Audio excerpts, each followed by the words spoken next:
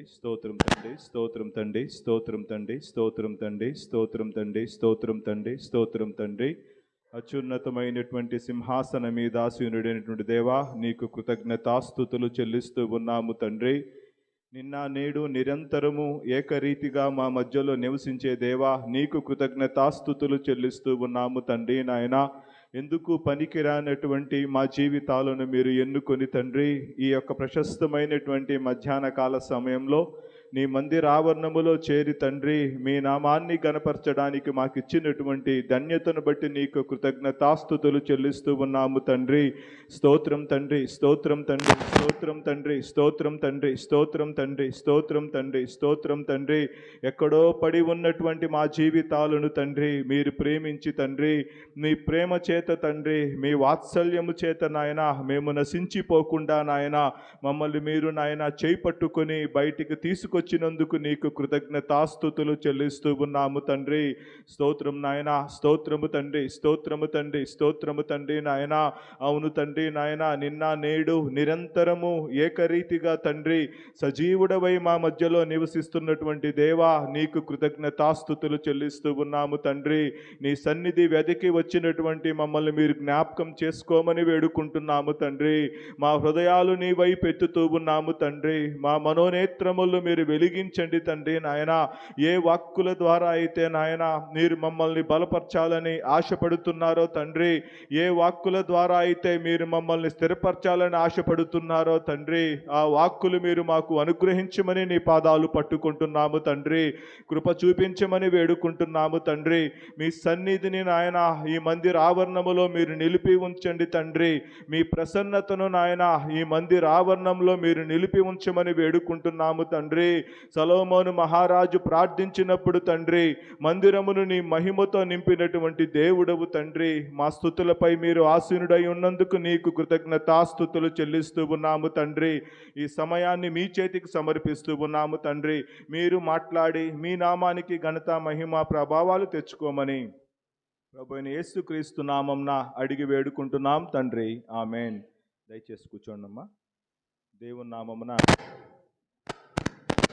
మీకందరికీ వందనములు తెలియజేస్తూ ఉన్నాను.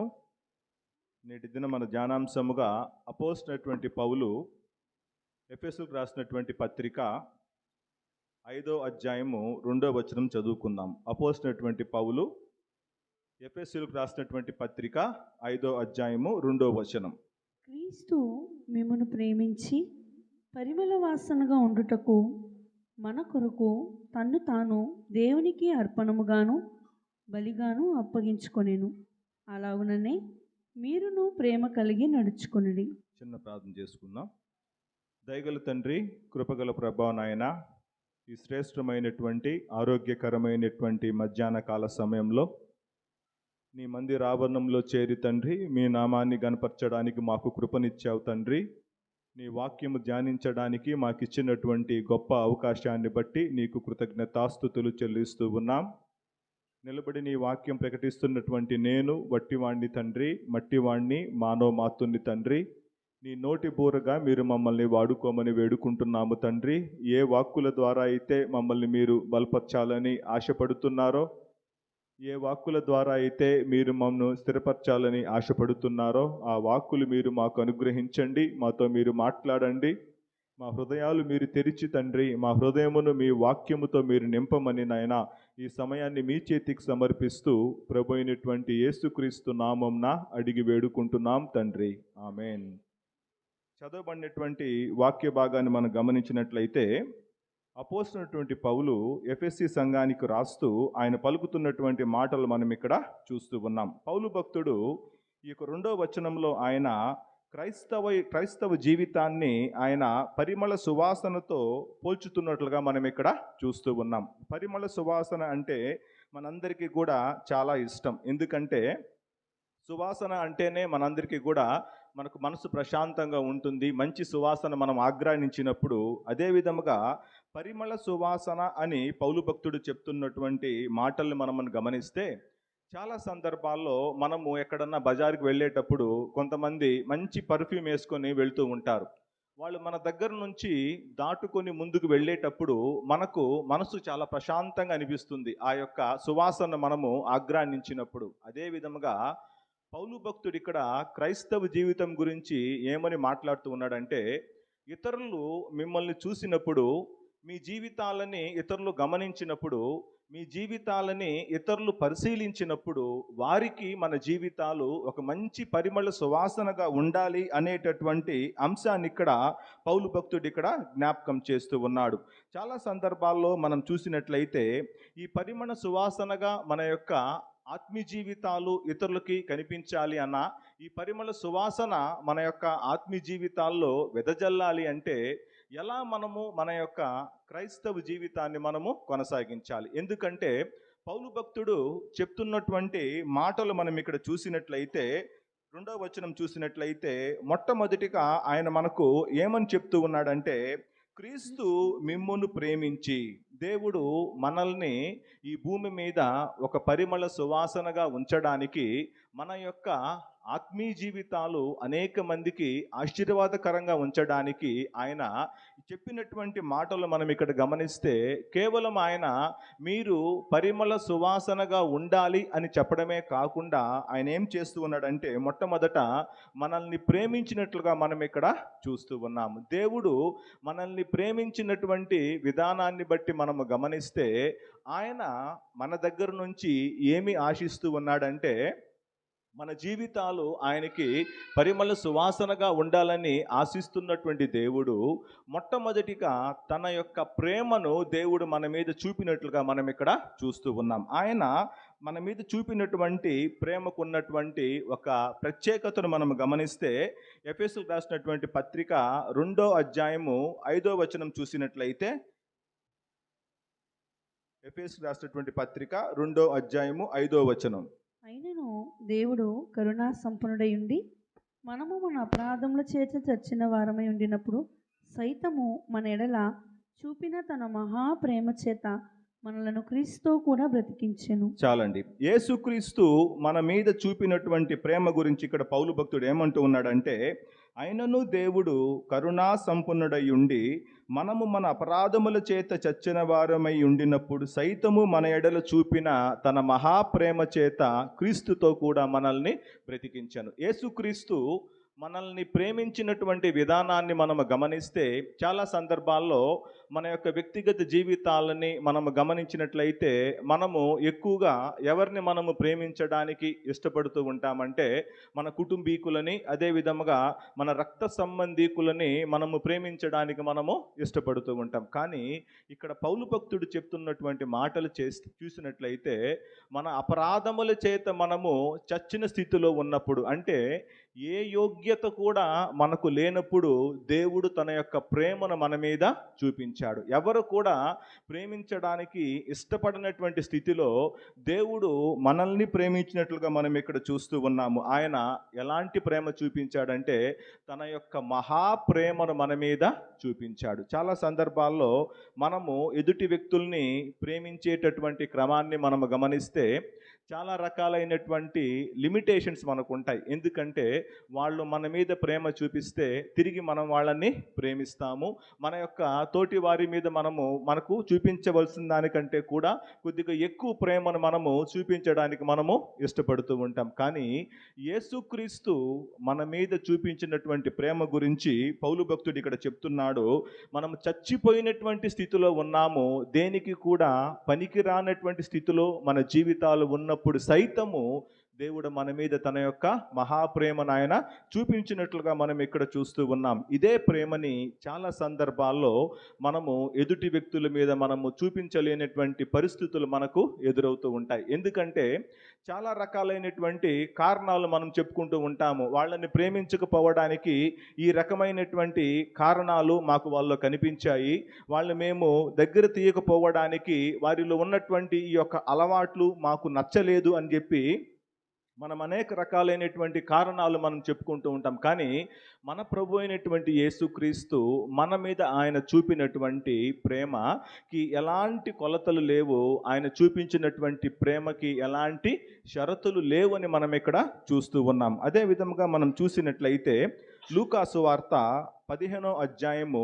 18, 19 వచనాలు చూసినట్లయితే, లూకాసు వార్త 15వ అధ్యాయము 18, 19 వచనాల్లో తప్పిపోయినటువంటి కుమారుని యొక్క వృత్తాంతం మనకి ఇక్కడ కనిపిస్తూ ఉంది. నేను లేచి నా తండ్రి యొద్దకు వెళ్ళి, తండ్రి, నేను పరలోకమునకు విరోధముగాను నీ ఎదుటను పాపం చేసి తిని, ఇక మీదట నీ కుమారుడనని అనిపించుకొనుటకు యోగ్యుడను కాను, నన్ను నీ కూలివారిలో ఒకనిగా పెట్టుకొనమని అతనితో చెప్పుదుననుకొని లేచి తండ్రి యొద్దకు వచ్చాను. చాలండి. ఈ యొక్క ఉపమానాన్ని మనం గమనించినట్లయితే, తప్పిపోయినటువంటి కుమారుడు తండ్రి దగ్గర నుంచి తనకు రావాల్సినటువంటి ఆస్తి వాటా తీసుకుని వెళ్ళి తన ఇష్టానుసారమైనటువంటి జీవితాన్ని ఆయన జీవించడం మనం ఇక్కడ చూస్తూ ఉన్నాం. తండ్రి ఎన్నో మాటలు చెప్పి ఉంటాడు కదండి, నాన్న నువ్వు వెళ్ళేటటువంటి మార్గము సరైంది కాదు, నీవు నీ జీవితం సక్రమమైనటువంటి రీతిలో ఉండదు, దేవుడు నీకు ఆశీర్వదించి ఇచ్చినటువంటి జీవితాన్ని నువ్వు కోల్పోతావు అని ఎన్ని మాటలు చెప్పినప్పటికీ కూడా ఈ తప్పిపోయినటువంటి కుమారుడు తండ్రి దగ్గర నుంచి ఆయన దూరంగా వెళ్ళిపోతూ ఉన్నాడు. తన ఇష్టానుసారముగా జీవించిన తర్వాత ఆయన తీసుకువెళ్ళినటువంటి ధనం అంతా కూడా ఖర్చు అయిపోయిన తర్వాత తినడానికి తిండి లేనటువంటి స్థితిలో అతను తిరిగి తండ్రి దగ్గరకు వస్తున్నట్లు మనం ఇక్కడ చూస్తూ ఉన్నాం. ఈ లోక సంబంధమైనటువంటి కుటుంబ వ్యవస్థను మనం గమనిస్తే తల్లిదండ్రులకు వ్యతిరేకముగా బిడ్డలు నడుచుకున్నటువంటి పరిస్థితులు చాలా మనకు కనిపిస్తూ ఉంటాయి. మనకు తల్లిదండ్రుల యొక్క మనస్సును వాళ్ళు బాధపెట్టి తల్లిదండ్రులకు ఇష్టము లేనటువంటి పనులు చేసిన తర్వాత తిరిగి ఆ బిడ్డల్ని చేర్చుకోవడం అనేటటువంటిది చాలా కష్టమైనటువంటి పని. ఎందుకంటే నేటి సమాజంలో మనం చూస్తూ ఉన్నాం కదా, తల్లిదండ్రులకు ఎవరైతే బిడ్డలు వ్యతిరేకంగా నడిచి బయటికి వెళ్ళిపోతూ ఉన్నారో తిరిగి వారిని క్షమించలేనటువంటి స్థితి సమాజంలో మనము చూస్తూ ఉన్నాం. కానీ ఇక్కడ తప్పిపోయినటువంటి కుమారుని మీద దేవుడు చూపినటువంటి ప్రేమను మనం ఇక్కడ చూస్తూ ఉన్నాం. అతనికి బుద్ధి వచ్చినప్పుడు అతను ఏమంటూ ఉన్నాడంటే, నేను లేచి నా తండ్రి యొద్దకు వెళ్ళి, తండ్రి, నేను పరలోకమునకును విరోధముగా నీ ఎదుట నేను పాపం చేసి తిని, పశ్చాత్తాపం కలిగినప్పుడు తిరిగి తండ్రి దగ్గరికి రావడానికి ఈ కుమారుడు ఇష్టపడుతున్నట్లుగా మనం ఇక్కడ చూస్తూ ఉన్నాం. చాలా సందర్భాల్లో దేవుడు మనల్ని ప్రేమించేటటువంటి ప్రేమను మనము జ్ఞాపకం చేసుకున్నట్లయితే మనలో ఏ మంచి లేనప్పటికీ కూడా దేవుడు మనల్ని ఎప్పుడూ ప్రేమిస్తూనే ఉంటాడు. అయినప్పటికీ కూడా తప్పు చేసిన ప్రతిసారి మనము తిరిగి తండ్రి దగ్గరకు రావాలి అనేటటువంటి స్పృహ చాలాసార్లు మనలో కలగదు. ఎందుకంటే మనలో ఉన్నటువంటి అహము మనకు అడ్డుపడుతుందని మనం ఇక్కడ చూస్తూ ఉంటాము.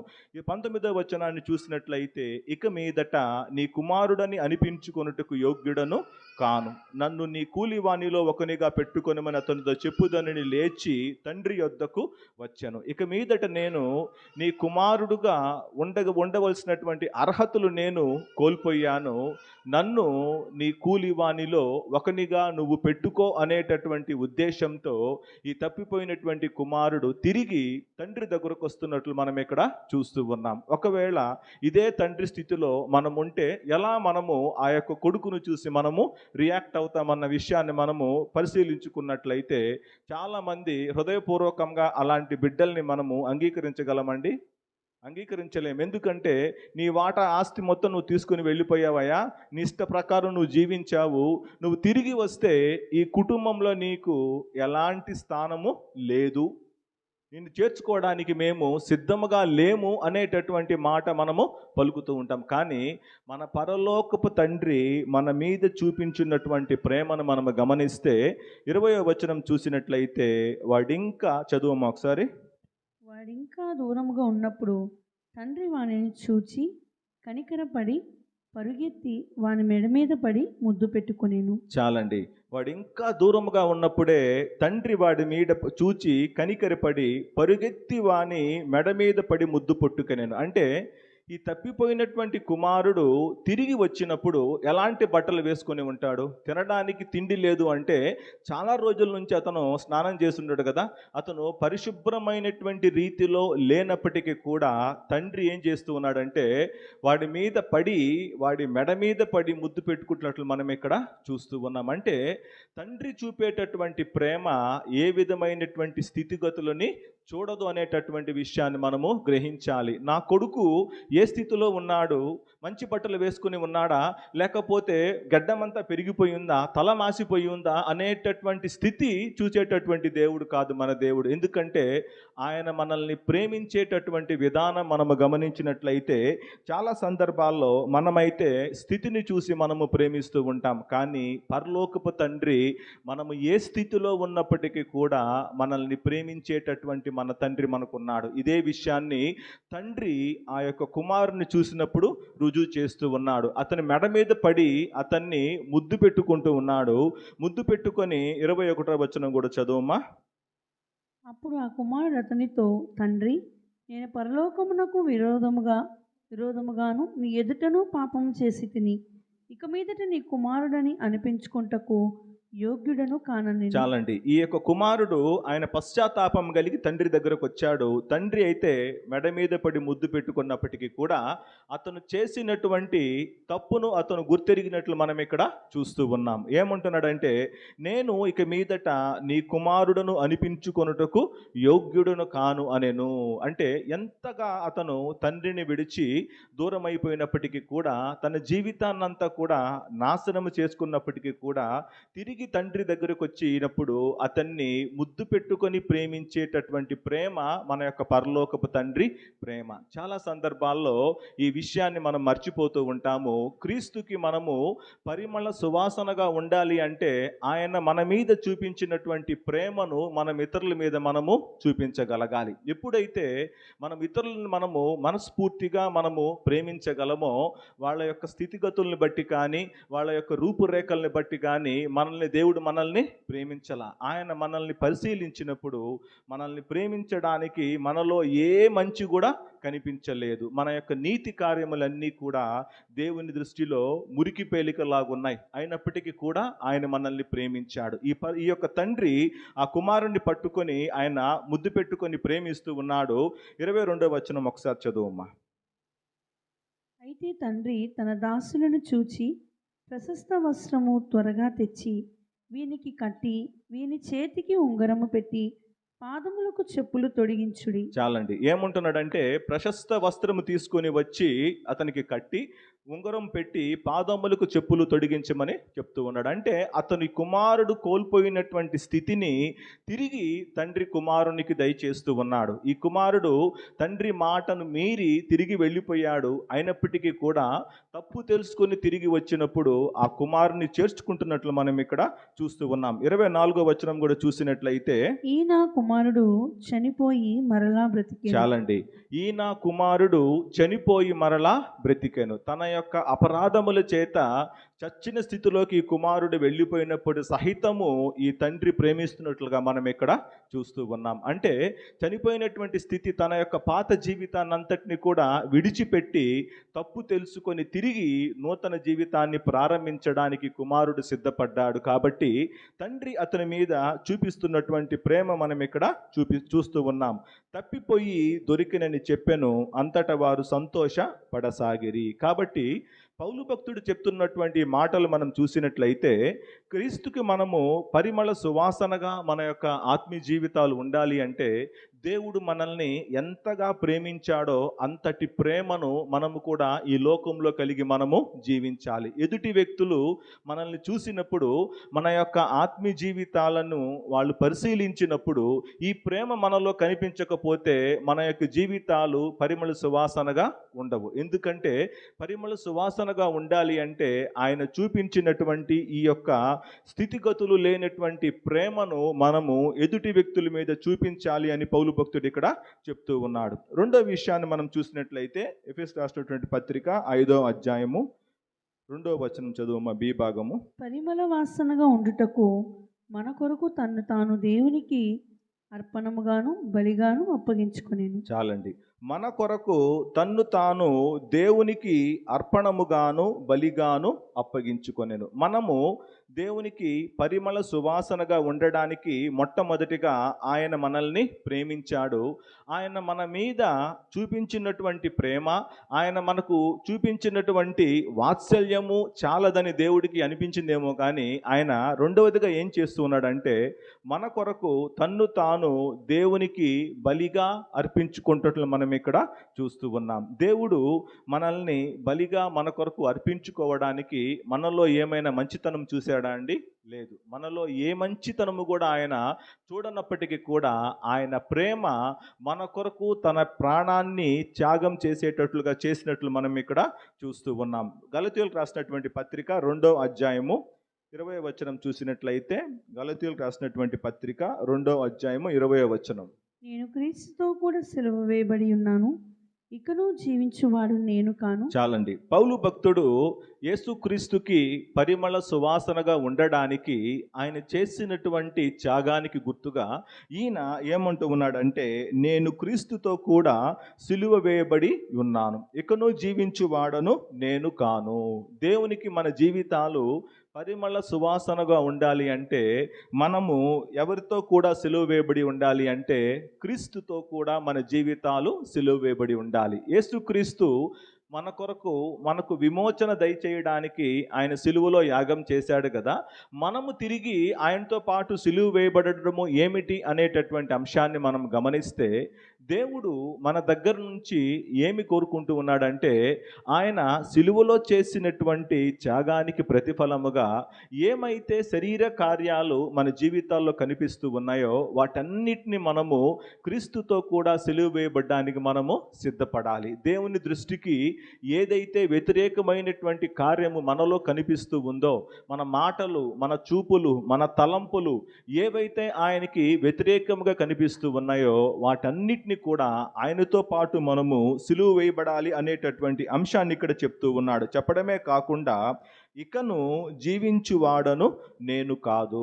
పరిమళ సువాసనగా క్రీస్తు కొరకు మనము ఉండాలి అంటే మనము జీవించేటటువంటి ఈ జీవితము మన యొక్క సొంత నిర్ణయాల మీద ఉండకూడదు. ఎందుకంటే దేవుని చేతికి మనల్ని మనము సమర్పించుకున్న తర్వాత మన జీవితంలో ఎలా మనము ముందుకు వెళ్ళాలి అనేటటువంటిది ఆయన నిర్ణయానికి మనము ఇవ్వాలే తప్ప మన సొంత నిర్ణయాల మీద మనము ముందుకు వెళ్తే మనము ఆయన కోరుకున్న రీతిలో మన జీవితాలు ఉండవు అనేటటువంటి అంశాన్ని మనం ఇక్కడ చూస్తూ ఉన్నాం. అదే విధంగా అపోస్తలుడైన పౌలు కొరింథీయులకు రాసినటువంటి పత్రిక 2వ పత్రిక 4వ అధ్యాయము 10వ వచనం చూసినట్లయితే,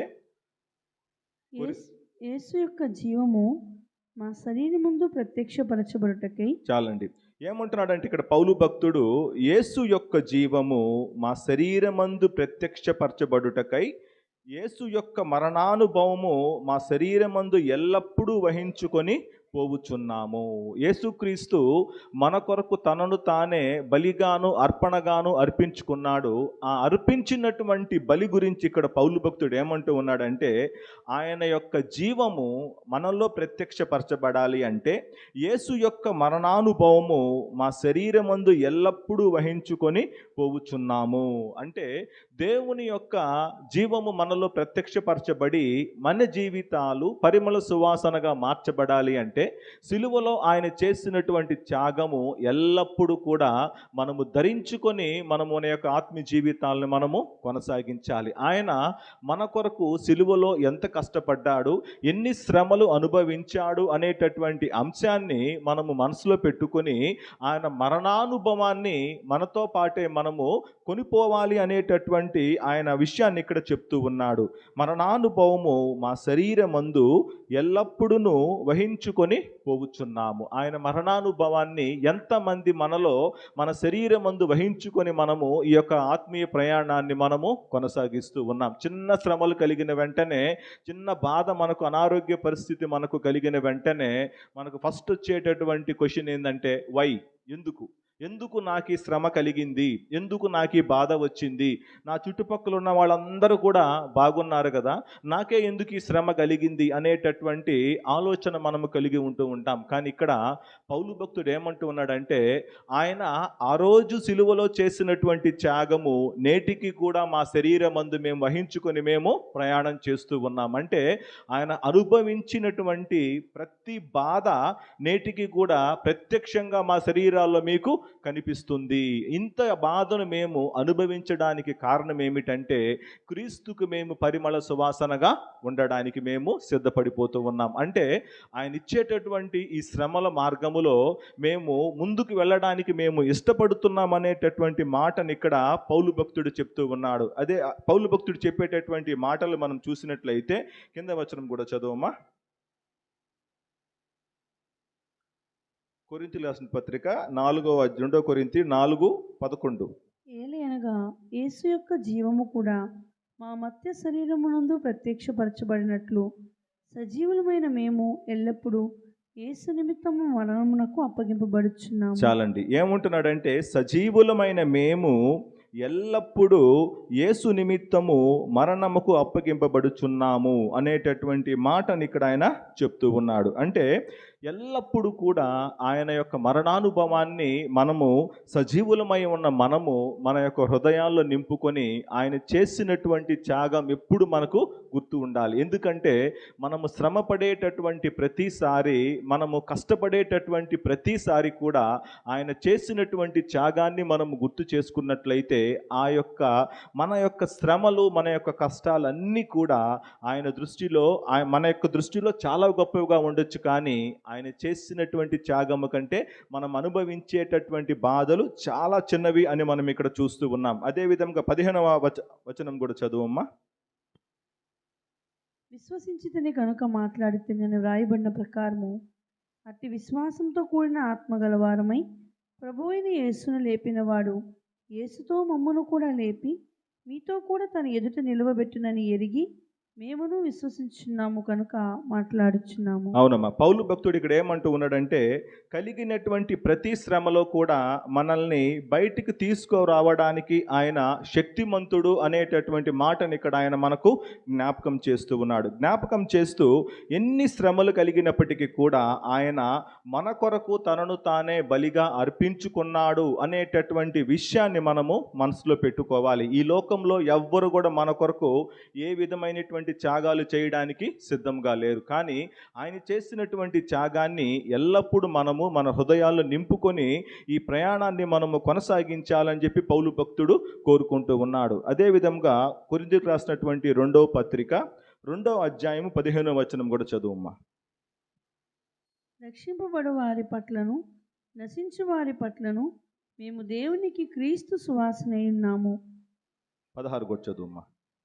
నశించు వారికి మరణార్థమైన మరణపు వాసనగాను రక్షింపబడు వారికి జీవార్థమైన జీవపు వాసనగాను ఉన్నాము. చాలండి. ఈ 16వ వచనాన్ని మనము గమనించినట్లయితే, నశించు వారికి మరణార్థమైన మరణపు వాసనగాను రక్షింపబడు వారికి జీవార్థమైనటువంటి జీవపు వాసనగాను ఉన్నాము. పౌలు భక్తుడు ఈ యొక్క ఉపమానాన్ని చెప్తూ ఆయన ఏమంటున్నాడంటే, మనం చూసినట్లయితే రోమా సామ్రాజ్యములో వాళ్ళు ఎవరైనా వేరే రాజ్యాల మీదకి యుద్ధం చేయడానికి వెళ్ళిన తర్వాత ఆ యొక్క రాజ్యాన్ని వాళ్ళు జయించి తిరిగి వాళ్ళ యొక్క సొంత రాజ్యానికి తిరిగి వచ్చేటప్పుడు వాళ్ళు ఆ యొక్క జయధ్వనులతో ఉత్సాహగానాలతో వాళ్ళు తిరిగి తమ యొక్క రాజ్యములో ప్రవేశించేటప్పుడు వాళ్ళకున్నటువంటి సాంప్రదాయం ఏమిటంటే, మన భాషలో చెప్పాలి అంటే ఇప్పుడు మనము సాంబ్రాణి కడ్డీలు అంటాం కదా, ఇవి చాలా పెద్ద ఎత్తున వాళ్ళు వాటిని వెలిగించి ఆ సువాసనను వాళ్ళు ఆజ్ఞానిస్తూ సంతోషించేటటువంటి సాంప్రదాయము రోమన్స్కు ఉందన్నమాట. ఎప్పుడైతే ఈ రోమన్స్ ఈ యొక్క ఓడిపించినటువంటి దేశంలో ఉన్నటువంటి వాళ్ళని బందీలుగా పట్టుకొని తిరిగి వచ్చి వాళ్ళ దేశానికి తిరిగి వచ్చేటప్పుడు ఈ యొక్క రోమా సామ్రాజ్యంలో ఎవరైతే యుద్ధములో చనిపోయారో వాళ్ళందరికీ కూడా ఈ సువాసన ఎలా ఉంటుందంటే మరణపు సువాసనగా అనిపిస్తుంది. ఎందుకంటే వాళ్ళ సొంత కుటుంబీకులని కోల్పోయిన వాళ్ళకి ఎవరికి కూడా సంతోషం ఉండదు. కాబట్టి ఎంత మంచి సువాసన వస్తున్నప్పటికీ కూడా కుటుంబీకులను కోల్పోయినటువంటి వాళ్ళకి ఇది మరణపు వాసన వాసనగాను, బందీలుగా పట్టబడినటువంటి వాళ్ళకి ఇది మరణపు వాసనగా ఉంటుంది. ఎవరైతే విజయాన్ని ఆస్వాదిస్తూ ఉన్నారో వాళ్ళందరికీ కూడా జీవార్థమైనటువంటి జీవపు వాసనగా ఉంటుందని పౌలు భక్తుడు ఇక్కడ జ్ఞాపకం చేస్తూ ఉన్నాడు. కానీ పౌలు భక్తుడు ఏమంటున్నాడంటే, ఒక క్రైస్తవుడిగా నేను పలికే మాటలు ఏమిటంటే, రక్షింపబడు వారి పట్లను నశించు వారి పట్లను మేము దేవునికి క్రీస్తు సువాసనై ఉన్నాము. రక్షించబడి వారి పట్లను నశించు వారి పట్లను అంటే మేము ఏ స్థితిలో ఉన్నప్పటికీ కూడా మా జీవితాలని క్రీస్తుకు సువాసనగా ఉంచడానికి మేము ఇష్టపడుతున్నామని ఇక్కడ పౌలు భక్తుడు జ్ఞాపకం చేస్తూ ఉన్నాడు. రక్షించబడే వారికే కాదు నేను మీ సువార్త చెప్పేది, నశించిపోతున్నటువంటి వారికి కూడా మేము సువార్తను ప్రకటించడానికి దేవునికి క్రీస్తు సువాసనయై ఉన్నాము. ఇంత గొప్ప సాక్ష్యాన్ని పౌలు భక్తుడు చెప్తూ ఉన్నాడు అంటే అతను జీవించినటువంటి జీవితాన్ని మనము జ్ఞాపకం చేసుకోవాలి. క్రీస్తు కొరకు ఆయన ఎలా నిలబడ్డాడు, యేసుక్రీస్తు ఆయన జీవితంలో ఇచ్చినటువంటి ఈ యొక్క అవకాశాన్ని పౌలు భక్తుడు ఎలా వినియోగించుకున్నాడో చాలా గొప్పగా ఇక్కడ ఆయన చెప్తూ ఉన్నాడు. ఎందుకంటే అనేకమైనటువంటి సంఘాలను స్థాపించి దేవుని యొక్క రాజ్య వ్యాప్తిలో ఎంతగానో పౌలు భక్తుడు వాడబడ్డాడు. అయినప్పటికీ కూడా ఆయన పలికేటటువంటి మాటలు మనం చూసినట్లయితే దేవునికి క్రీస్తు సువాసనై ఉన్నాము. చాలా సందర్భాల్లో పౌలు భక్తుడు తన జీవితంలో ఎదుర్కొన్నటువంటి పరిస్థితులు మనం చూస్తే బహుశా ఈ యొక్క సేవా పరిచర్యలో అతను ఎదుర్కొన్నటువంటి ఇబ్బందులు కానీ శ్రమలు కానీ ఎవరు కూడా ఎన్నుకొని ఉండరు. కానీ ఇన్ని శ్రమల్ని అతను ఎదుర్కొన్నప్పటికీ కూడా అతను దేవుని కొరకు ఒక సువాసనగా ఉండడానికి అతను ఇష్టపడినట్లుగా మనం ఇక్కడ చూస్తూ ఉన్నాం. కాబట్టి దేవుని కొరకు మనము పరిమళ సువాసనగా ఉండాలి అంటే ఆయన చేసినటువంటి త్యాగాన్ని మనము జ్ఞాపకం చేసుకొని మనము కూడా ఆయన చూపించినటువంటి మార్గములో మనము ముందుకు వెళ్ళడానికి మనము ఇష్టపడాలి. మూడోదిగా మనం చూసినట్లయితే పౌలు భక్తుడు ఏం చెప్తూ ఉన్నాడంటే, ఎఫెసీయులకు రాసినటువంటి పత్రిక 5వ అధ్యాయము 2వ వచనము చివరి భాగం చదువమ్మా. అలాగుననే మీరును ప్రేమ కలిగి నడుచుకొనుడి. చివరిగా ఏముంటున్నాడంటే పౌలు భక్తుడు మొట్టమొదటిగా చెప్పాడు క్రీస్తు మనల్ని ప్రేమించాడు. అదే విధంగా రెండోదిగా చెప్పాడు ఆయన మనల్ని ప్రేమించడమే కాకుండా మన కొరకు తన్ను తానే బలిగా అర్పించుకున్నాడు.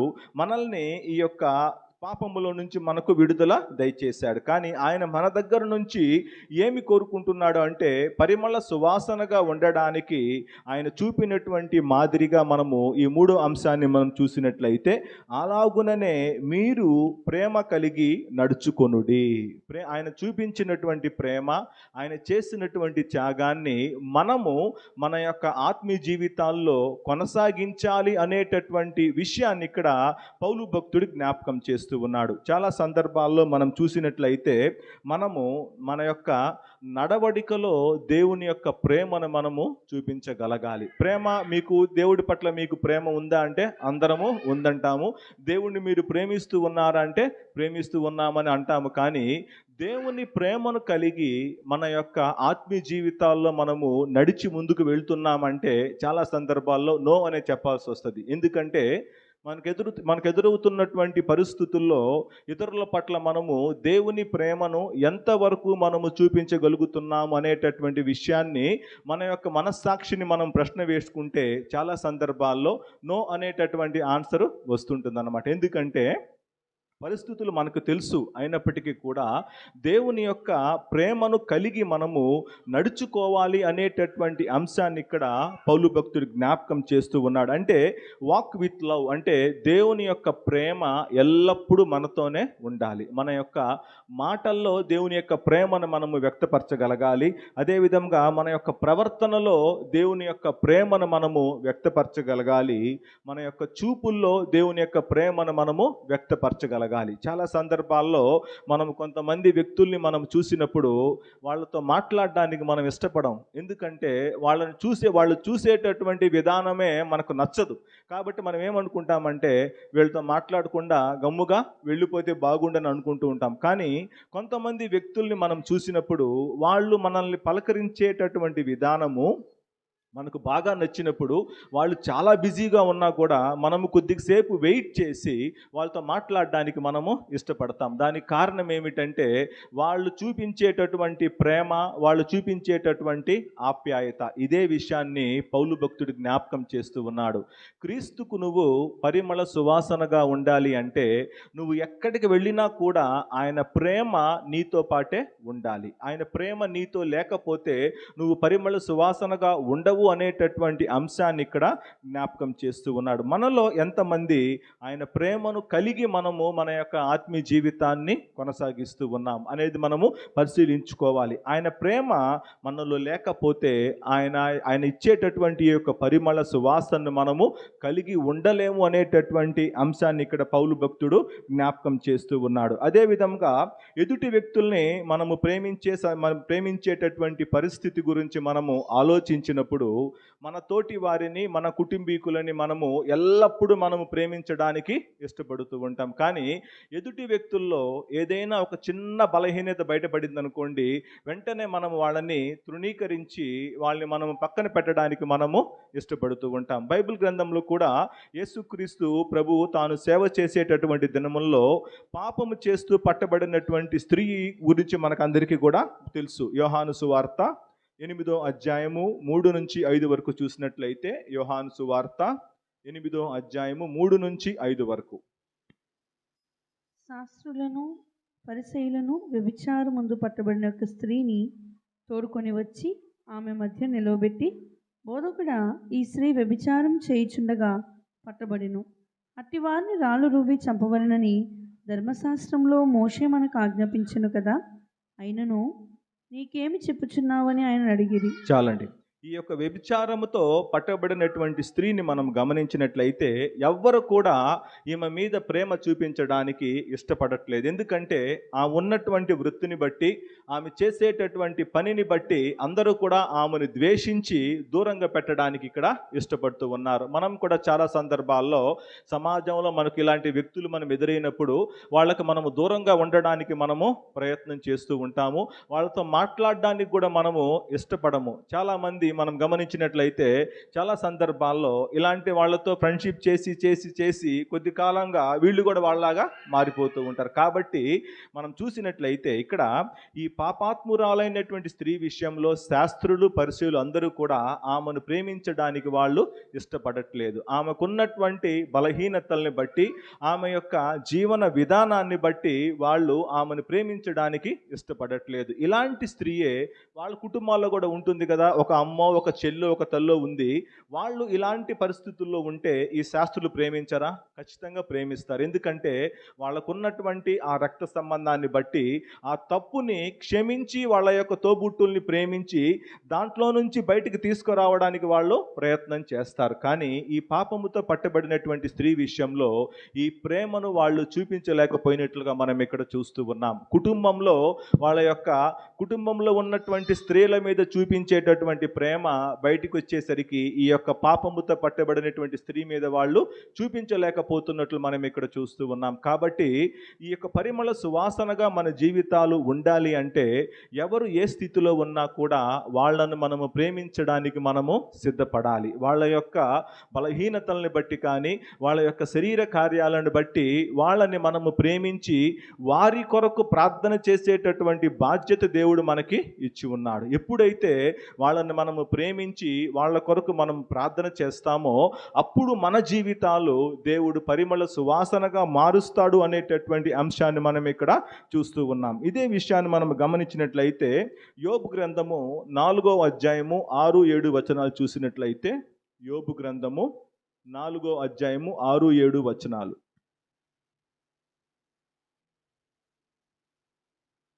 నీ మాటలు తొట్టిల్లు వానిని ఆదుకొని ఉండెను, కృంగిపోయిన మోకాలు గలవాన్ని నీవు బలపరిచితివి. అయితే ఇప్పుడు శ్రమ నీకు కలగగా నీవు దుఃఖాక్రాంతుడవైతివి, అది నీకు తగలగా నీవు కలవరపడుచున్నావు. చాలండి. ఈ మాటలు మనం చూసినట్లయితే సాతాను యోబును శోధించాలని దేవుని దగ్గర అనుమతి తీసుకున్న తర్వాత సాతాను యోబుని శోధిస్తూ ఉంది. మొట్టమొదట యోబుకున్నటువంటి యావద్ ఆస్తిని యోబు కోల్పోయాడు. బిడ్డలందరినీ కూడా ఒకే రోజున కోల్పోయాడు. తిరిగి సాతాను మళ్ళీ దేవుని దగ్గరికి వెళ్ళి అతని యొక్క శరీరం మీద అధికారాన్ని పొంది, శరీరం మొత్తము కూడా పుళ్ళు, అతను గీరుకోవడానికి కూడా శరీరంలో ఎక్కడ అతనికి స్థలం లేదు కాబట్టి చిల్ల పెంకు తీసుకొని బూడిదలో కూర్చొని అతని యొక్క కురుపుల్ని అతను గీరుకునేటటువంటి పరిస్థితిలో యోబు ఉంటూ ఉన్నాడు. కుక్కలు వచ్చి అతని యొక్క శరీరాన్ని నాకుతూ ఉన్నాయి. ఇలాంటి స్థితిలో ఉన్నప్పుడు యోబు యొక్క స్నేహితులు యోబును పరామర్శించడానికి వచ్చారు. చాలా దూరదేశం నుంచి బయలుదేరి వచ్చాడు.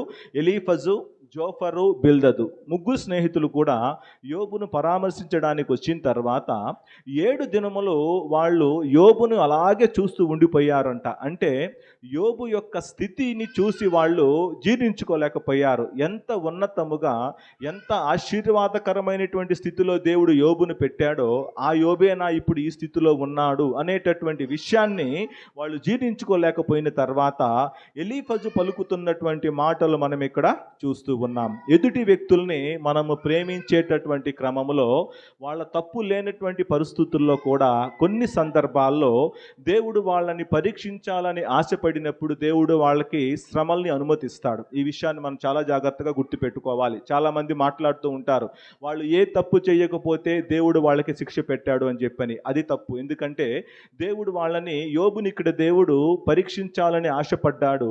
సాతాను అనుమతి తీసుకుని యోబు మీదకి సాతాను దాడి చేయడానికి వచ్చింది. అయినప్పటికీ కూడా వచ్చినటువంటి ముగ్గురు స్నేహితులు, ఎందుకంటే ఆ యోబు యొక్క ఆ స్థితి చూసినప్పుడు ఎవరికన్నా కూడా అదే ఆలోచన కలుగుతుంది. ఏమనంటే, నువ్వు ఏం తప్పు చేయకపోతే దేవుడు నీకు ఇంత శ్రమ కలుగ చేశాడు, నువ్వు దేవుని దృష్టికి ఏ పాపము చేయకపోతే ఈ స్థితిలో దేవుడు నిన్ను పెట్టాడు అనేటటువంటి ఆలోచన యోబు యొక్క స్నేహితులు కూడా కలిగినప్పుడు వాళ్ళు పలుకుతున్నటువంటి మాటలు మనం చూసినట్లయితే, నీ భక్తి నీకు ధైర్యము పుట్టింపదా, నీ యథార్థ ప్రవర్తన నీ నిరీక్షణకు ఆధారము కాదా.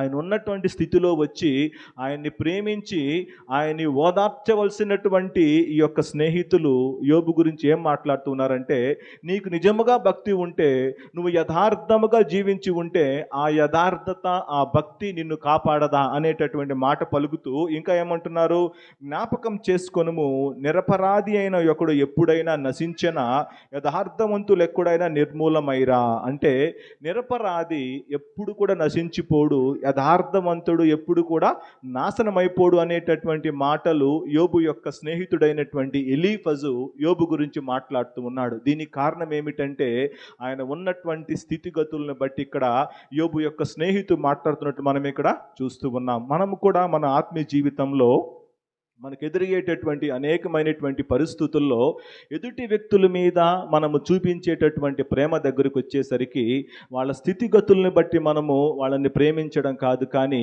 ఇక్కడ యోబుని దేవుడు పరీక్షించాలని ఆశపడ్డాడు. ఆ విషయాన్నైతే యోబు యొక్క స్నేహితులు గ్రహించలేకపోయారు. దేవుని యొక్క పరీక్షలో యోబు అయితే నిలబడ్డాడు, కానీ యోబు యొక్క స్నేహితులు దాన్ని గ్రహించలేకపోయినట్లు మనం ఇక్కడ చూస్తూ ఉన్నాం. కాబట్టి దేవునికి మనము పరిమళ సువాసనగా ఉండాలి అంటే మనము ఆయన చూపించినటువంటి ప్రేమ కలిగి మనము నడుచుకోవాలి. మనము వెళ్ళే ప్రతి చోట ఎప్పుడైతే మనము దేవుని ప్రేమను మనం ఇతరులకు చూపించగలమో అప్పుడు దేవునికి మనము పరిమళ సువాసనగా ఉంటాము అనేటటువంటి అంశాన్ని ఇక్కడ పౌలు భక్తుడు జ్ఞాపకం చేస్తూ ఉన్నాడు. కాబట్టి పౌలు భక్తుడు ఎఫెసీ సంఘంతో చెప్తున్న మాటలు మనతో కూడా చెప్తూ ఉన్నాడు. ఏమంటున్నాడంటే, దేవుడు మిమ్మల్ని పరిమళ సువాసనగా ఉండమని కేవలం చెప్పి ఆయన వదిలేయలేదు కానీ మొట్టమొదటిగా ఆయన మిమ్మల్ని ప్రేమించాడు. రెండవదిగా తనను తానే బలిగాను అర్పణగాను అర్పించుకున్నాడు.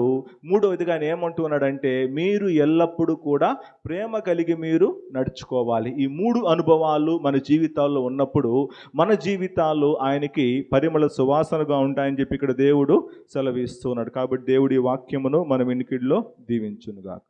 ఆమేన్. ఈ అవకాశం ఇచ్చిన మీ అందరికీ ఆంటీ మాటికి నా వందనాలు చెల్లించుకుంటున్నాను. నా సాక్ష్యం ఏంటంటే, దేవుడు నాకు 10th క్లాస్లో మంచి ర్యాంక్ ఇచ్చినందుకు నా వందనాలు. నా కోసం ప్రే చేసిన అందరికీ మీకు కూడా వందనాలు చెల్లించు నా చిన్న సాక్ష్యాన్ని మొదలుచుకుంటాను. ఆమె ప్రభువునా మనకు ఘనత కలుగును గాక. మన పిల్లలు చాలామంది రాశారు పరీక్షలు, దాదాపు అందరూ విజయం పొందారు. కానీ దేవుని ఎదుట సాక్ష్యం చెప్పడం కూడా అది కూడా ఒక గొప్పదనేదే. మరి ఆబ్ది పట్ల అందరూ చేసిన ప్రార్థన ఆలకించాడు. బిడ్డ కూడా కష్టపడి చదివాడు, ఇచ్చిన విజయాన్ని బట్టి ప్రభును స్తుతిస్తాము. హల్లెలూయా, దేవునికి స్తోత్రం, హల్లెలూయా, దేవునికి స్తోత్రం, హల్లెలూయా. దేవునికి స్తోత్రం. సహోదరి నిర్మలమ్మ కూడా సాక్ష్యం చెప్తుంది. దేవుని స్తోత్రములు. మంగళవారం రోజు నాకు గుండెలో బాగలేదమ్మా, చాలా భయంకరంగా ఉండింది. పోయిన శుక్రవారం అమ్మ దగ్గరకు వచ్చినప్పుడు కొద్దిగా బలహీన పడుతున్నామని చెప్పింది అమ్మ. సరిగా నేను అది ఏందో అనుకున్నాను. మరి ఇంటికి వెళ్ళిన తర్వాత శనివారం ఆదివారం గుడికి వెళ్ళేమో, అప్పుడు బాగానే ఉన్నాను. సోమవారం 10th క్లాస్ పిల్లలంతా రిజల్ట్స్ వచ్చిందని, వాళ్ళకి మార్కులు బాగా వచ్చాయని, పాస్ అయినారని నాకు చాలామంది ఫోన్లలో చెప్పినారు మా సంఘస్థులు. నేను వాళ్ళు బాగా సంతోషంగా బాగా నవ్వుకున్నాం అన్నమాట. ఇంకా మంగళవారం నుండి నాకు గుండెల్లో దడదడ దడదడ కొట్టుకుంటుంది, ఆగటం లేదన్నమాట. చాలా భయంకరంగా వస్తుంది. ఇంట్లో ఎవరు లేరు, ఉన్నా పట్టించుకునే వాళ్ళు లేరు. తాగిన బిడ్డ లేడు, డ్యూటీకి వెళ్ళాడు, ఆమె లేదు. నేను ఇంటికి వచ్చిన తర్వాత చెప్పినా కానీ పట్టించుకోలేదు. ఆ మాటే వాళ్ళకి ఎంతో చాలా నిర్లక్ష్యం అయిపోయింది.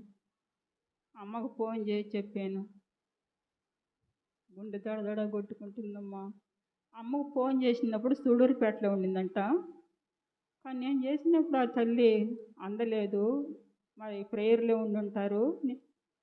కానీ ఆ తల్లి ఫోన్ చేసింది, మళ్ళీ ఏమ్మా అనింది. బాగలేదమ్మా, నాకు గుండెలు ఏ విధంగా ఉందంటే అమ్మ ప్రార్థన చేసింది. ఇప్పుడు తగ్గిందమ్మా కొద్దిగా అన్న. అదేం చేయదులేమ్మా, తగ్గిపోద్దులే అనింది. అప్పటి నుంచి బాగున్నాను అన్నమాట. ఇప్పటి వరకు కూడా బాగున్నాను. మరి ఆ అమ్మకు సాక్ష్యం చెప్పాలని, మా ఈ రోడ్డు పక్క ఇల్లుగా అప్పుడు చాలా ఎండ, ఇంట్లో బలిస్తేగన్నమాట మాకు. ఈరోజు గుడికి వస్తాను రాను అనుకున్నాను, నా ఆశ తీర్చాడు దేవుడు. ఇంటికాడ ఎక్కి మరి కనకమాల కాడ దిగి, ఇంకొక ఆటో ఎక్కి ఇక్కడ పద్మసేన కాడ దిగి, దేవుడు నన్ను వాక్యం అందుకోవాలి ప్రభు, నేను వాక్యానికి అందుకోవాలి ప్రభు. 2 వారాలు వాక్యం అందుకోలేదు ప్రభు దేవుని అడిగితే. కొద్దిగన్నా యెహూది నాకు అందించి తృప్తి కలిగించాడు దేవుడు ఆ బిడ్డ ద్వారా. దేవుడు నా పట్ల ఇంతవరకు నాకు ప్రాణం పోసాడు, నన్ను స్వస్థపరిచినాడు. దేవుడు నన్ను సజీవురాలుగా దేవుడింట్లోకి తీసుకొచ్చి పరిశుద్ధుల బిడ్డల ముందు నన్ను ఒక సాక్షిగా నిలబెట్టినందుకు ఆయన కోట్ల కొలది వందనాలు. ఆత్మీయ తల్లి, ఆ తల్లి ప్రార్థన, మీ అందరి ప్రార్థన, మీకు అందరికీ వందనాలు చెల్లిస్తున్నాను. నా కార్యం కొరకు ప్రార్థన చేయండి. దేవుడి పరిశుద్ధ సాక్ష్యాన్ని దీవించనుగాక. ప్రభు నామమునకు ఘనత కలుగును గాక. మనం అందరం సజీవుల్లో ఉన్నాము. కానీ మీకు చెప్పవలసిన విషయం ఏంటంటే, ముసలి వాళ్ళు ఎందుకు బ్రతుకుతారు, ఎందుకు చచ్చిపోకూడదు? ఎంతమంది ఇప్పుడు ఆలోచన చేస్తారు దాని గురించి? ముసలి వాళ్ళు అయిన వాళ్ళే ఆలోచన చేస్తారు. వృద్ధాప్యంలో ఎందుకు బ్రతుకుతారంటే, దేవుని ప్రేమని ఎరిగేదానికి బ్రతుకుతాం. వృద్ధాప్యంలో ఇతరుల మీద ఆధారపడితే వాళ్ళు పట్టించుకోరు. ఆమె చెప్పింది కదా, నన్ను ఎవరు పట్టించుకోలేదని. ఎవరు పట్టించుకోకపోవటానికి కారణం ఏమిటంటే, ఆమె దేవుని ప్రేమని ఎరగాలి అంతే. దేవుడిని ఆనుకోవాలి, దేవుని గట్టిగా పట్టుకోవాలి. ప్రతి చిన్న విషయంలోనూ పెద్ద విషయంలోనూ దేవుణ్ణే అడుక్కోవాలి. అలాంటి పరిస్థితి మనకు కలుగు చేసినప్పుడు నాకు ఎవరు లేరు అని అనుకోవద్దు. నా దేవుడు నాకు తోడున్నాడు, నా దేవుడు నాతో ఉన్నాడు అని అనుకొని ఆయనతోనే అన్నీ చెప్పుకోవటమే. ఆయనతోనే చెప్పుకోవాలి, ఆయనలోనే ఆనందించాలి, ఆయన్ని స్తుతించాలి, ఆయన్ని మహింపరచాలి. ఇప్పుడు వయసులో ఉన్న వాళ్ళకి ఇది అర్థం కాకపోవచ్చు, కానీ కొంతమంది ముసలివాళ్ళు కూడా ఉన్నారు, వాళ్ళకి అర్థం అవుతుంది, అందుకు చెప్తున్నాను. కాబట్టి సహోదరికి దేవుడే తోడు, దేవుడు సహాయం చేయాలా, ఆమెను చేయబట్టి నడిపించాలి. వృద్ధాప్యం వచ్చిన తర్వాత రకరకాల జబ్బులు వస్తాయి. వచ్చిన దాన్ని బట్టి కూడా మనమేం కంప్లైంట్ చేయడానికి లేదు, ఎందుకంటే శరీరం బలహీనం అయిపోతుంది కాబట్టి. ఒక్కొక్కరు శరీరం ఎన్ని సంవత్సరాలు ఈ భూమి మీద ఆరోగ్యంగా తిరిగాము, వయసు పెరిగే కొద్దీ ఆరోగ్యం తగ్గిపోద్ది, అనారోగ్యాలు వస్తాయి. కానీ తప్పదు. ఆయన పిలిచే వరకు మన దినములన్నీ ఆయన గ్రంథంలో రాయబడి ఉన్నది కనుక, ఆయన పిలిచే వరకు మనం ఆయన్ని ప్రేమిస్తూ క్రీస్తు ప్రేమను ఇతరులకు వెదజల్లుతూ సాక్ష్యం చెప్తూ ఆయనలో జీవించడానికి మనల్ని బ్రతికిస్తున్నాడు. సహోదరి పట్ల దేవుడు చూపిన ప్రేమను బట్టి ప్రభువుని స్తుతిస్తాం. హల్లెలూయా, దేవునికి స్తోత్రం. హల్లెలూయా, దేవునికి స్తోత్రం. హల్లెలూయా. దేవునికి స్తోత్రం. ప్రార్థన చేసుకుందాం. ప్రేమ కలిగిన తండ్రి, కృప కలిగిన ప్రభు సృష్టిక మీకు వందనాలు నాయన, స్తుతి నాయన, స్తోత్రం నా తండ్రి. నేటి దినాల్లో మేము ఎదుర్కొంటున్నటువంటి ఒక ప్రత్యేకమైన సమస్య ప్రేమ లేకపోవట అనే సమస్యను బట్టి మీరు ఈ దినం మాతో మాట్లాడినందుకు స్తోత్రం. క్రీస్తుకు పరిమళ వాసనగా ఉండుటకు, క్రీస్తు ప్రేమ కలిగి మేము జీవించాలని మీరు మాతో మాట్లాడినందుకు వందనాలు యేసయ్యా. ఎవరైతే ప్రభులాగా ప్రేమించలేకపోతారో వారిలో పరిమళ వాసనగా ఉండటానికి నాయనానికి స్తోత్రం, వాళ్ళు సాక్షిగా ఉండటానికి వీల్లేదని మీరు సాక్ష్యం ఇచ్చినందుకు స్తోత్రము. ప్రియ పరలోకపు తండ్రి, మేమందరము వాక్యం విని ఉన్నాము. వాక్యానుసారమైన జీవితం కొరకు మమ్మల్ని సిద్ధపరచండి. ఎంతోమంది పాపాత్మురాలిన స్త్రీని రాళ్లతో కొట్టడానికి వచ్చారు, కానీ ఒక్క యేసు ప్రభు మాత్రమే ఆమెను ప్రేమించారు. ఆయన ప్రేమ ఇతరులు చూపించలేకపోయారు. మరి మేము లోకంలో ఉంటున్నామో, మేము లోకస్తులుగా ఉంటున్నామా, నీ బిడ్డలుగా ఉంటున్నామా అనేది పరీక్ష చేసుకునేదానికి ఈ దినం మీరు మాతో మాట్లాడినందుకు స్తోత్రం. తప్పిపోయిన కుమారుని బట్టి కూడా మాతో మాట్లాడినందుకు స్తోత్రం. అవును ప్రభు, ఆ తండ్రి చూపిన ప్రేమ అపారమైంది. ఆ ప్రేమ మేము ఎవ్వరూ చూపించలేము, కానీ మీరు చూపించారు ప్రభు. మీకు స్తోత్రం. మీకు మా పట్ల ఉన్న ప్రేమ అలాంటిది అని మీరు మాకు గుర్తు చేపించినందుకు స్తోత్రం. మేము ఎంతటి పనికిమాలిన వారమైనా, ఎంతటి హీన స్థితిలో ఉన్నప్పటికీ నీ యొద్దకు వస్తే నువ్వు మమ్మల్ని ప్రేమించే దేవుడని మాకు గుర్తు చేపించినందుకు స్తోత్రం. ప్రియ బిడ్డలందరినీ మీ హస్తములకు అప్పగించుకొంచున్నాం. అందరి ఆత్మీయ జీవితములు నీకు పరిమళ వాసనగా ఉండునట్లుగా మమ్మల్ని అందరినీ తీర్చిదిద్దండి, దీవించండి, బలపరచండి. వాక్యం చెప్పిన బిడ్డను కూడా దీవించి ఆశీర్వదించి వారి కుటుంబాన్ని పరిచర్య కొరకు సమర్పించుకొని ఉండగా కుటుంబ సమేతంగా వారిని పనిలో కనబడుటకు సహాయం చేయండి. అలాగే ఇక్కడికి వచ్చిన బిడ్డలు ఎంతోమంది సమర్పించబడిన బిడ్డలు ఉన్నారు, నీ కొరకు జీవించడానికి ఏర్పాటు చేసుకున్న బిడ్డలు ఉన్నారు. వారందరినీ దీవించండి. పరిశుద్ధ ఎవరైనా ఇంకా సమర్పణ ప్రతిష్ఠిత లేని వారైతే వారు కూడా మీ కొరకు సమర్పించుకొని నీకు పరిమళ వాసనగా, సువాసనగా జీవించడానికి సహాయం చేయమని అడుగుచున్నాం. అనారోగ్యంతో వచ్చినటువంటి ప్రతి బిడ్డను మీ పాద సన్నిధిలో ఎత్తి పెట్టుకొంచున్నాం. అనారోగ్యంతో వచ్చినటువంటి బిడ్డలకు యేసు నిబంధన రక్త ప్రభావంతో స్వస్థత కలుగునుగాక. ఆమేన్. అంధకార శక్తుల చేత పీడింపడుతున్న బిడ్డలకు యేసు నిబంధన రక్త ప్రభావంతో విడుదల కలుగునుగాక. ఆమేన్. కుటుంబాల్లో సమాధానంతో ఉన్నటువంటి బిడ్డలకు మీ సమాధానము దయచేయబడునుగాక. ఆమేన్. విడిపోయిన కుటుంబాలు యేసు నిబంధన రక్త ప్రభావంతో తిరిగి సమకూర్చబడునుగాక. ఆమేన్. యవన బిడ్డలు వివాహం కొరకు ఎదురు చూచి వారు ఉన్నారు, వారికి తగిన వారితో తగిన సమయంలో వివాహం జరిపించబడునుగాక. ఆమేన్. ఆ తండ్రి ఉద్యోగముల కొరకు ఎదురు చూస్తున్న బిడ్డలు ఉన్నారు, వారికి ఉద్యోగము దయచేయబడునుగాక. ఆమేన్. సంతానం కొరకు ఆశ కలిగి ఎదురు చూస్తున్న బిడ్డలు ఉన్నారు, వారికి సంతాన భాగ్యము దయచేయబడునుగాక. ఆమేన్. వాక్య జ్ఞానమందు ఆశ కలిగి వచ్చిన బిడ్డలు ఉన్నారు, వారికి వాక్య జ్ఞానము దయచేయబడునుగాక. ఆమేన్. ఆత్మీయ అనుభవం కొరకు ఆశ కలిగిన వారు ఉన్నారు, వారికి కావలసిన ఆత్మీయ జ్ఞానము వారికి దయచేయబడునుగాక. ఆమేన్. నా తండ్రి, మేము ఏ ఉద్దేశములతో ఏ తలంబులతో నీ సన్నిధికి వచ్చినప్పటికీ ప్రియ పరలోకపు తండ్రి, మా ఉద్దేశములు మా తలంబులు యేసు నామ మహిమార్థంగా తీర్చబడునుగాక. ఆమేన్. తండ్రి సహాయం చేయండి, చేయబట్టి మమ్మల్ని నడిపించండి, కరుణించండి, కృప చూపించండి. ప్రభువా, మా జీవితాలను గురించి ఒకసారి పరీక్ష చేసుకునేదానికి మీరు మాతో మాట్లాడినందుకు స్తుతి స్తోత్రం. సాక్ష్యం చెప్పిన బిడ్డలను కూడా మీ పాద సన్నిధిలో సమర్పించుకొంచున్నాం. మీరు ప్రార్థన ఆలకించే దేవుడనే సాక్ష్యం విన్నందుకు స్తుతి స్తోత్రం చెల్లించుకొంచున్నాం. మరి ముఖ్యంగా నా తండ్రి, బిడ్డలు ప్రేమతో తెచ్చిన కానుకలను దీవించి ఆశీర్వదించండి. అది మీ పరిచర్య కొరకు వాడుకొనుటకు సహాయం చేయమని అడుగుచున్నాం. మీరు నా సన్నిధిని ఒట్టి చేతులతో కనపడకూడదు అని వాక్యములో మీరు సెలవిచ్చిన ప్రకారంగా మాకు కలిగిన దాన్ని సన్నిధిలోకి తీసుకొచ్చి ఉన్నాం. మీరు ఆశీర్వదించమని, దీవించమని, బలపరచమని, కరుణించమని, తిరిగి 1000 ఆశీర్వాదం ప్రతి బిడ్డ పొందుకునేటట్టు సహాయం చేయమని అడుగుచున్నాం. యేసయ్య, మీకే స్తుతి స్తోత్రం చెల్లించుకొంచు.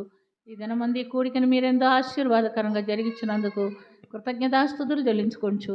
యేసుక్రీస్తు పుణ్య నామమున మిక్కిలి వినయంతో అడిగి వేడుకొనుచున్నాము తండ్రి. ఆమేన్. పరలోకమందున్న మా తండ్రి, నీ నామం పరిశుద్ధపరచబడునుగాక. నీ రాజ్యం మాకు వచ్చునుగాక. నీ చిత్తం పరలోకమందు నెరవేరినట్లు భూమి యందును నెరవేరునుగాక. మా అనుదిన ఆహారం నేడు మాకు దయచేయము. మేళ్ళ అపరాధం చేసిన వారిని మేము క్షమించిన ప్రకారం మా అపరాధములను మన్నించుము. మమ్మల్ని శోధనలోనికి తేక దుష్ట నుంచి తప్పించుము. రాజ్యము, శక్తి, మహిమ నిరంతరము అయ్యున్నావు తండ్రి. ఆమేన్. యేసు రక్తమే జయం, యేసు రక్తమే జయం, యేసు రక్తమే జయం, యేసు నామం సంపూర్ణ విజయం. అపవాది క్రియలకు అనంత నాశనం, శిలువ రక్తమే జయం. ఆమేన్. నా ప్రాణమా యెహోవాను సన్నతించుము, నా అంతరంగంలో ఉన్న సమస్తమైన పరిశుద్ధ నామమును సన్నతించుము. నా ప్రాణమా యెహోవాను సన్నతించుము, ఆయన చేసిన ఉపకారములలో దేనిని మరువకుము. నా ప్రాణమా యెహోవాను సన్నతించుము. ఆమేన్. మన తండ్రి అయిన దేవుని యొక్క ప్రేమ, కుమారుడైన యేసుక్రీస్తు యొక్క కృప, పరిశుద్ధాత్మని సహవాసము కూడి వచ్చిన మనకందరికీ, సాక్ష్యం చెప్పిన బిడ్డలకును వారి కుటుంబములకును సదాకాలము తోడయుండి నడిపించునుగాక. ఆమేన్. ఆశీర్వాదం మా మీద వర్షింపచేయుమిసా, ఆశతో నమ్మియున్నాము నీ సత్య వాగ్దానము. ఈ మాయి మీద కృమ్మరించుము దేవా, కృమ్మర ప్రేమ వర్షము కృమ్మరించుము దేవా. ఆమేన్. హల్లెలూయా, దేవునికి స్తోత్రం, హల్లెలూయా, దేవునికి స్తోత్రం, హల్లెలూయా, దేవునికి స్తోత్రం, హల్లెలూయా, దేవునికి స్తోత్రం, హల్లెలూయా, దేవునికి స్తోత్రం, హల్లెలూయా, దేవునికి స్తోత్రం, హల్లెలూయా. దేవునికి స్తోత్రం.